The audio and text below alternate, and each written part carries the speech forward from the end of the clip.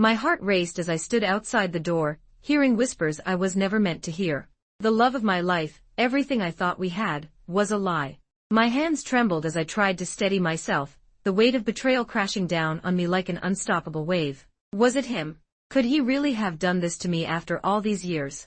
I couldn't breathe. I couldn't think. But I knew one thing for certain. I would make him pay for what he had done. We met at a friend's barbecue. I remember it like it was yesterday. The sun was setting, casting a warm glow over the backyard. The scent of grilled meat filled the air, and laughter echoed around us. Jason was standing by the grill, flipping burgers, but when our eyes met, it was like the rest of the world faded away. He walked over to me with a plate of food, smiling as if he'd known me forever. "You look like you could use a burger," he said with a grin. I laughed and accepted it, not knowing then how much that simple moment would change the course of my life. We spent the entire evening talking, sharing stories about our lives, our dreams, and our fears. By the end of the night, we were inseparable. Our relationship moved quickly. Within 6 months, we were living together in a small apartment in the city. We loved exploring new restaurants, going for long walks in the park, and spending lazy Sundays in bed watching movies. Jason worked as a graphic designer for a tech company, and I was a freelance writer, so our schedules were flexible, giving us plenty of time together. Life felt perfect. A year later, Jason proposed during a weekend getaway to the mountains. It was snowing lightly, and we were standing by a frozen lake when he got down on one knee. I cried, of course. It was the happiest moment of my life. We were married in a small ceremony with just close family and friends. I wore a simple white dress, and Jason looked dashing in his navy blue suit. We exchanged vows, promising to love and cherish each other for the rest of our lives. I believed him when he said those words. Our first few years of marriage were blissful. We bought a house, a cozy 2-story home with a white picket fence, and started talking about having children. But life doesn't always go according to plan. After 2 years of trying to conceive with no success, we went to see a specialist. The news hit us hard. I was diagnosed with infertility issues. We were devastated, but we decided to explore other options like adoption. Jason was supportive, at least at first. As time went on, though, I noticed a change in him. He became distant, spending more time at work and less time with me. He stopped talking about the future, and our once vibrant relationship started to fade. I convinced myself it was just the stress of everything we had been through. But deep down, I knew something was wrong. Then came the day I met her, Emily. She was Jason's new coworker, younger than me by a few years, with blonde hair, bright blue eyes, and a bubbly personality that made her instantly likable. Jason introduced us at his company's annual Christmas party. I tried not to feel threatened, but the way she looked at him, the way they seemed to share inside jokes, it gnawed at me. Still, I pushed those feelings aside, trusting Jason, believing that he loved me as much as he always had. Months passed, and the distance between us grew. Jason started coming home late, claiming he had to stay at the office to finish projects. I tried to be understanding, but the nagging feeling in my gut wouldn't go away. Every time he touched his phone, every time he mentioned Emily's name in passing, I felt a pit form in my stomach. Our 10th wedding anniversary was approaching, and I hoped it would be a chance for us to reconnect. I planned a romantic weekend getaway, just the two of us, to one of our favorite spots, a quiet cabin by the lake. But Jason was distant the entire time. He barely looked at me, barely spoke. When I asked him if something was wrong, he just brushed it off, saying he was tired from work. But I knew better. The night we returned from the trip, I couldn't take it anymore. I asked him directly if there was someone else. He laughed as if the idea was absurd, and reassured me that I was imagining things. But his words didn't match his eyes, and that's when I knew something was happening, something I wasn't ready to face. One day, while Jason was at work, I decided to clean the house and stumbled upon an old phone of his in the back of the closet. It still had a charge. My hands trembled as I unlocked it and saw the messages. They weren't recent, but they were enough, flirtatious texts between Jason and Emily from months ago. I scrolled through the conversations, my heart breaking with every word. It was clear they had been more than just coworkers. But the worst was yet to come. I don't know how long I sat there staring at the screen of Jason's old phone. My fingers were numb, frozen in place as the full weight of what I was reading sank in. The texts between him and Emily were like tiny daggers, each one piercing deeper into my heart. It wasn't just a few flirtatious comments here and there. No, this was worse. These messages were intimate, filled with inside jokes, playful teasing, and nicknames that I had never heard Jason use before. They shared things I didn't know about, things he hadn't shared with me. It was like reading a conversation between two people who had been lovers for years. The messages weren't new, but that didn't soften the blow. They dated back months where Jason had been lying to me, pretending everything was fine while sneaking around behind my back. I read through them in a trance, unable to stop myself. It felt like I was watching my own life unravel before my eyes, every word pulling at the thread that held my marriage together until it completely fell apart. One text in particular made my stomach drop. It was from the week before our anniversary trip, the trip I had planned so carefully in an attempt to reignite the spark between us. I had hoped it would be a new beginning for us, a chance to rebuild what we had lost. But now, looking at the message, I realized it had been doomed from the start. Jason, I can't wait to see you again, M. This weekend is going to be torture without you. The date on that text matched the day we had left for the cabin. While I was packing our bags, excited for a romantic weekend with my husband, he had been dreading the thought of being away from her. The thought made me feel sick. I dropped the phone onto the bed, my hands trembling uncontrollably. How could he do this to me? After everything we had been through, our years together, our struggles with infertility, the promises we made on our wedding day, how could he betray me like this?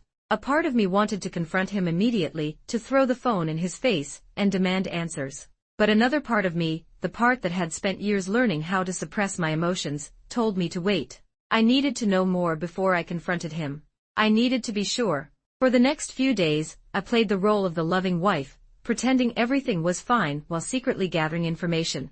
I felt like a detective piecing together the fragments of Jason's betrayal. I started paying attention to his behavior, his body language, the way he interacted with his phone. I noticed things I had overlooked before, the way he would turn his phone screen away from me when a message came through, the way he would get defensive whenever I asked about work, the way he always seemed to have a reason to stay late at the office. I also started keeping track of his movements, subtly checking his location on the shared app we had installed on our phones for safety. It had always been there, a harmless tool we rarely used, but now it became my lifeline. I watched as he left work at odd hours, making detours to places I didn't recognize. Once he said he was going to a late-night meeting with a client, but his location showed him parked near a coffee shop, one that happened to be right next to Emily's apartment. Every lie he told was another crack in the foundation of our marriage, another confirmation that the man I thought I knew was a stranger. Then, one day, I found what I had been looking for, the final piece of evidence that shattered any remaining doubt I had. It was a Saturday afternoon, and Jason was out running errands. I was home alone, my mind spinning with all the things I had uncovered over the past week. I decided to go through his things, something I had never done before but felt was necessary now. I started with his work bag, rifling through papers and folders, but found nothing out of the ordinary. Then I moved on to his laptop. It wasn't hard to guess his password. After years together, I knew all of his combinations. When the screen unlocked, I immediately went to his email. My heart raced as I scrolled through his inbox, looking for anything that might confirm my suspicions. Most of the emails were work-related, but then I found an email from Emily. Emily, hey, I miss you.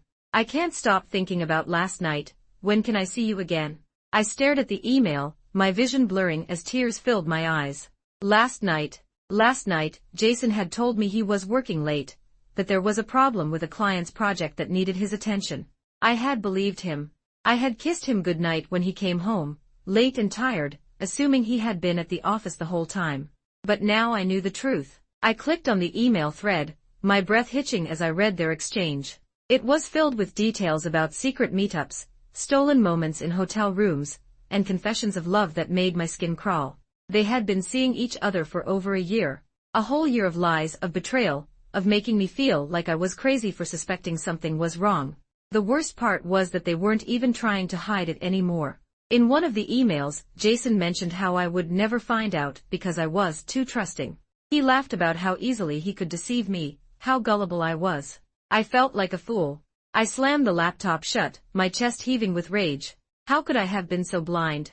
How could I have let this go on for so long without realizing what was happening right in front of me? My mind was racing, a whirlwind of emotions, anger, sadness, disbelief, humiliation. I had spent the last decade of my life loving a man who didn't deserve it, who had been using me, lying to me, and laughing behind my back. But now I knew. And now, I had the power to decide what happened next. I didn't confront Jason that night. Instead, I played along, pretending everything was normal. I cooked dinner, we sat together in the living room watching TV, and I even kissed him goodnight. It felt like I was living in a surreal nightmare, acting out a role I no longer believed in. But I needed time to think, to plan. I needed to decide what kind of revenge would be fitting for the betrayal he had inflicted on me. In the days that followed, I continued to gather information, watching his every move with a new sense of clarity. I followed him one evening when he said he was going out to meet a friend. I knew he was lying, and sure enough, I watched from a distance as he walked into a hotel with Emily by his side, her arm looped through his like they were a happy couple. I stayed in my car, seething with anger but also feeling strangely detached, like I was watching someone else's life unfold. I took pictures of them together, documented their every move. I even recorded a video of them leaving the hotel the next morning, looking disheveled and satisfied, like they had just spent the night celebrating their affair. I wasn't sure what I was going to do with the evidence, but I knew I wanted it. I wanted proof of what he had done to me. One night, when Jason was asleep, I snuck into his office and found his journal. It was something he rarely mentioned, a leather-bound book he kept tucked away in his desk drawer. I wasn't sure what I expected to find, but as I flipped through the pages, I saw the truth written in his own words. He had been documenting his affair with Emily, writing about their encounters in detail, how much he enjoyed their time together, how guilty he felt but couldn't stop himself, how he wished he had the courage to end things with me but didn't know how. It was all there, laid out in black and white. Every lie he had told, every promise he had broken, every time he had chosen her over me. I wanted to scream, to tear the pages out of the journal and throw them in his face, but instead, I carefully placed it back in the drawer. I needed to stay calm, to stay in control. My revenge had to be perfect. As I sat in the darkness of our bedroom that night, listening to Jason's soft snores beside me, I realized something. I no longer felt sadness. The tears that had once flowed so easily were gone, replaced by a cold, steely resolve. I wasn't going to let him destroy me. I wasn't going to be the victim in this story. No, I was going to make him pay. The next morning, I began to put my plan into action. I knew Jason was planning to meet Emily that afternoon, so I told him I was going out to run errands. He barely looked up from his phone as he mumbled, "Okay, see you later." I watched him as he scrolled through his messages, probably texting her, arranging their rendezvous. I left the house, but I didn't go far. Instead, I parked down the street, waiting for him to leave. Sure enough, about an hour later, he walked out the door, dressed in his usual casual attire, jeans and a t-shirt, and got into his car. I followed him at a distance, my heart pounding in my chest. He drove to the same hotel where I had seen them before. I parked across the street, watching as he met Emily in the lobby, their hands brushing together as they smiled at each other. They didn't even try to hide their affection. It was as if they believed they were untouchable, that I would never catch on to their little game. But today was different. As they disappeared into the elevator, I got out of my car and walked across the street. My hands were steady, my mind clear. I had rehearsed this moment in my head 1,000 times. I entered the hotel, my steps deliberate, and made my way to the front desk. "Hi," I said to the receptionist with a polite smile. "I'm here to meet my husband, Jason Williams. Can you tell me which room he's in?" The receptionist hesitated for a moment, then glanced at her computer. "Room 312, she said, her voice friendly but unaware of the storm brewing behind my calm demeanor. "Thank you," I replied, and walked to the elevator. When I reached the 3rd floor, I stood outside their door for a moment, listening. I could hear muffled voices, laughter, the sounds of two people who had no idea their world was about to come crashing down. I raised my hand and knocked. There was a pause, then Jason's voice called out, "Just a second." I waited, my heart thudding in my chest. The door opened and there he stood, his face paling as he saw me. His mouth opened but no words came out. "Surprised to see me?" I said, my voice calm but laced with venom. Jason's eyes darted around, panic setting in. "Sarah, what are you doing here?" I pushed past him, stepping into the room. Emily was sitting on the bed, her face frozen in shock. She scrambled to cover herself with a blanket, but it was too late. I had already seen everything. "This," I said, gesturing to the room, "this is what you've been doing behind my back." Jason stammered, trying to find the right words, but there was nothing he could say that would make this better. The truth was laid bare in front of me, and there was no going back. I turned to him, my eyes burning with anger. "You thought I wouldn't find out, didn't you? You thought you could keep sneaking around, lying to my face, and I'd never know. Well, guess what? I know everything. Jason reached for me, but I stepped back, holding up my hand. Don't you dare touch me. For a moment, the room was silent, the weight of my words hanging in the air. Jason's face was a mix of guilt and fear, while Emily looked like she wanted to disappear into the floor. But I wasn't done yet. I had one more move to make. I could see the fear in Jason's eyes. He was scrambling for words, something, anything, that might make the situation salvageable. But he had no idea what was coming next. This wasn't just about catching him in the act. This was about destroying everything he thought he had control over. Sarah, he started, but I silenced him with a cold glare. Don't, I said quietly but firmly. Just don't. I stood in the middle of the hotel room, feeling more powerful than I had in years. Emily sat on the bed, looking between the two of us, her face white as a sheet. She had wrapped herself in the thin blanket, as if that could shield her from the truth that was unraveling around her. She was nothing more than a side piece in the chaos that was about to explode. I walked slowly to the window, my back to both of them as I took a deep breath. This was the moment I had been waiting for. For weeks, I had watched Jason weave his lies, thinking he could outsmart me, thinking I would never uncover his deception. But he had underestimated me. He thought I was just his docile wife, the one who would sit at home, oblivious to the affair he'd been carrying on behind my back. I turned back toward them, and it was clear Jason was starting to grasp the severity of the situation. What are you going to do? Jason asked, his voice shaking. I smiled, but there was no warmth in it. You'll see. The first part of my plan had been the discovery, the slow unraveling of Jason's secrets. I had needed time to process the betrayal, to gather every piece of evidence that would ensure my revenge was airtight. Now, it was time to put everything into motion. You think this is just about the affair, don't you? I said, my voice low and measured. You think this is about me catching you with her? I gestured toward Emily, who flinched as if my words had physically struck her. Jason's face twisted in confusion. Isn't it? I shook my head, stepping closer to him. This is so much more than that. This is about everything you've taken from me, everything you've lied about, everything you've hidden. My voice hardened. This is about destroying you, Jason. Completely. Jason's eyes widened, and I could see the realization dawn on him. He wasn't dealing with the same woman he had been stringing along for years.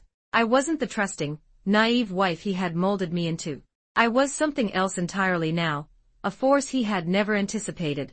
I reached into my purse and pulled out a small envelope, holding it up for him to see. Recognize this? Jason squinted, but I could tell he had no idea what it was. I opened the envelope slowly, savoring the moment. Inside was a copy of a prenuptial agreement, an agreement he had signed before our wedding, one that he had conveniently forgotten about over the years. You remember this, don't you? I asked, my voice dripping with sarcasm. You made sure we signed this before we got married. Your lawyer insisted on it. You didn't want to take any chances, just in case things didn't work out. Jason's face paled. Sarah, please. I cut him off. I bet you never thought I'd have a reason to pull this out, did you? But here we are. And guess what? Adultery nullifies the agreement. Jason blinked, clearly struggling to process what I was saying. What does that mean?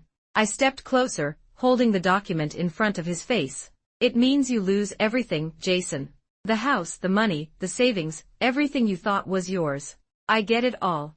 Emily gasped from the bed, her hands flying to her mouth. She clearly hadn't expected this. Jason's affair wasn't just some dirty little secret. It was about to ruin him, financially and emotionally. Sarah, we can talk about this, Jason stammered, his voice rising in panic. We can work something out, I swear. I laughed, the sound cold and harsh. Work something out? After everything you've done? After the lies, the cheating, the humiliation? There's nothing to work out. You made your bed, Jason. Now you get to lie in it. His face crumpled in desperation, but I wasn't done yet. Do you know how long I've been planning this? I asked, pacing slowly in front of him. Do you know how much time and effort I've put into making sure that when I brought you down, it would be devastating? I could have just confronted you when I found those texts. I could have left. But where's the satisfaction in that? Jason opened his mouth to speak, but no words came out. I reveled in his silence, knowing he had no idea how to respond. You see, I continued, I wanted to hit you where it hurt. And not just financially. No, that would be too easy. I wanted to dismantle your entire life, the life you've built on lies and deceit. I pulled out my phone, scrolling through the gallery until I found the pictures I had taken of him and Emily together. I held up the phone so he could see the images clearly, the two of them laughing, holding hands, entering the hotel together. Every photo was like a nail in the coffin of his marriage, his career, his reputation. I wonder what your boss would think of these, I mused, tilting the phone so Emily could see as well. Her eyes widened in horror. What would your clients think? What would your family think? Jason's face was now a mask of fear. Please, Sarah. Don't do this. I'll do anything. I shook my head. It's too late for that. You've already done enough. And then I dropped the final bombshell. I've been in contact with a divorce lawyer, I said, my voice calm but unwavering. I've filed for divorce and I'm taking you to court for everything. But that's not even the worst part, Jason. I paused, letting the tension hang in the air. The worst part is that I'm going to make sure everyone knows who you really are. Your friends, your family, your colleagues, they're all going to know about the affair, about the lies. I'm going to expose you for the pathetic coward you are. Jason's knees buckled slightly, and he leaned against the wall for support. You don't have to do this, he whispered, his voice barely audible. We can fix this. I stared at him, my face expressionless. There's nothing to fix. You made your choices, and now you're going to deal with the consequences. Emily, who had been silent up until now, finally found her voice. Sarah, please, I didn't mean for any of this to happen. I didn't know. I turned on her, my anger flashing like a whip. You didn't know. Don't insult me. You knew exactly what you were doing. You both did. She shrank back, her eyes wide with fear. I'm sorry, she whispered, tears welling up in her eyes. I ignored her, turning back to Jason. Jason looked like he was about to break down. His hands trembled, his breathing shallow. I could tell he was on the edge, barely holding it together. But don't worry, I said, my voice dripping with mock sympathy. You won't be alone for long. I'm sure Emily will be more than happy to help you pick up the pieces of your ruined life. Emily didn't respond. She was crying now, her face buried in her hands. I walked over to the door, my hand on the knob. This is the last time you'll see me, Jason, I said, my voice cold and final. And trust me when I say, you're going to regret every single choice you made. I opened the door and stepped out into the hallway, leaving Jason and Emily behind. The sound of the door closing behind me was like the final punctuation mark on a chapter of my life that had ended in betrayal and heartache. But as I walked down the hallway, I felt lighter than I had in years. I wasn't the victim anymore. I was in control. And I had won. For the next few days, I stayed with a friend while the divorce proceedings began. I made sure to keep my distance from Jason, but I knew everything that was happening to him. Word had spread quickly about his affair, and it wasn't long before he started to feel the consequences of his actions. His company found out first. Someone had leaked the photos I had taken of him and Emily, and it didn't take long for the scandal to reach his boss. Jason was called into a meeting, where he was asked to explain himself. His explanation, of course, wasn't enough. His reputation had been tarnished beyond repair, and his boss had no choice but to let him go. He came home that night to an empty house, his career in ruins, and the knowledge that his wife was divorcing him. I didn't need to be there to see the look on his face. I could picture it perfectly. As for Emily, well, she didn't fare much better. Her job was safe, but her reputation wasn't. The news of the affair spread through their workplace like wildfire, and she quickly became the subject of office gossip. People stopped talking to her, stopped inviting her to after-work gatherings. She was ostracized, left to deal with the fallout of her actions. But I wasn't done yet. The final piece of my revenge came a few weeks later, when I received a letter from Jason's lawyer. He was contesting the divorce, trying to hold on to whatever assets he could. But he didn't stand a chance. I had too much evidence, too much proof of his infidelity. The prenuptial agreement was airtight, and I was set to walk away with everything. During the court proceedings, I watched as Jason sat across from me, his once confident demeanor shattered. He looked exhausted, defeated. He had lost his job, his reputation, and soon he would lose his home and his savings. Emily wasn't there to support him. She had already distanced herself, realizing that being with him wasn't worth the destruction of her own life. The judge ruled in my favor, just as I knew he would. I was awarded the house, the majority of our savings, and a generous alimony. Jason was left with nothing but his regrets. When the final papers were signed, I stood outside the courthouse, the weight of everything finally lifting from my shoulders. It was over. The marriage, the lies, the betrayal, It was all behind me now. I had won. As I walked away, I thought about everything that had led to this moment. The pain, the heartbreak, the sleepless nights wondering what I had done to deserve this. But now, looking back, I realized that Jason's betrayal had given me something I hadn't had in years, my freedom. For the first time in a long time, I felt like I could breathe again. I was no longer trapped in a marriage built on lies. I was no longer at the mercy of a man who didn't deserve me. I was free to start over, to rebuild my life on my terms. And that was the best revenge of all. Weeks passed after the final court hearing, but the sense of victory I'd expected never fully arrived. I had walked away with everything, my freedom, the house, the money, but there was still a hollow feeling inside me, a space that hadn't been filled by revenge or even the sense of justice I thought I craved. The life I'd once built with Jason was gone, reduced to paperwork and painful memories. Some mornings, I would wake up an hour, know my house, and feel a momentary confusion. I'd roll over, half expecting to see Jason lying beside me, as if nothing had ever changed. But the bed was always empty, the silence of the house unnerving in its stillness. I would stare at the ceiling, wondering if I had done the right thing.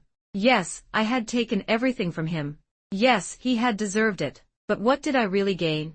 Freedom, I reminded myself. A new beginning. But new beginnings come with an unexpected kind of emptiness. There were nights when I missed having someone there, even if that someone had betrayed me. It wasn't that I missed Jason, not really. I missed the idea of him, the life I had thought we were building together. I missed the companionship, the feeling of not being alone. On those nights, I would sit in the living room with a glass of wine, staring out the window, wondering if he was thinking about me too. Wondering if he had regrets, or if he had already moved on with someone else, Emily, maybe. I didn't check on him anymore. I had promised myself I wouldn't. But still, the questions nagged at me. Was he as broken as I was? Or had he already picked up the pieces of his life and started over? Some days, I thought about calling him. Not to reconcile, of course, that bridge was burned. But just to talk, to ask the questions that still haunted me. Why had he done it? When had it all started to fall apart? Was there ever a moment when he had considered choosing me? Or had I lost him long before I realized it? But I never called. I told myself it was because I didn't need the answers, but the truth was I wasn't sure I could handle them. What if he told me that I hadn't been enough? What if he said he had never really loved me, not the way I had loved him? There were some things I wasn't ready to hear. As I stood in the doorway of my now empty bedroom, I realized something. I wasn't sure what came next. The future stretched out in front of me, uncertain and vast, and for the first time in a long time, I had no idea where I was headed.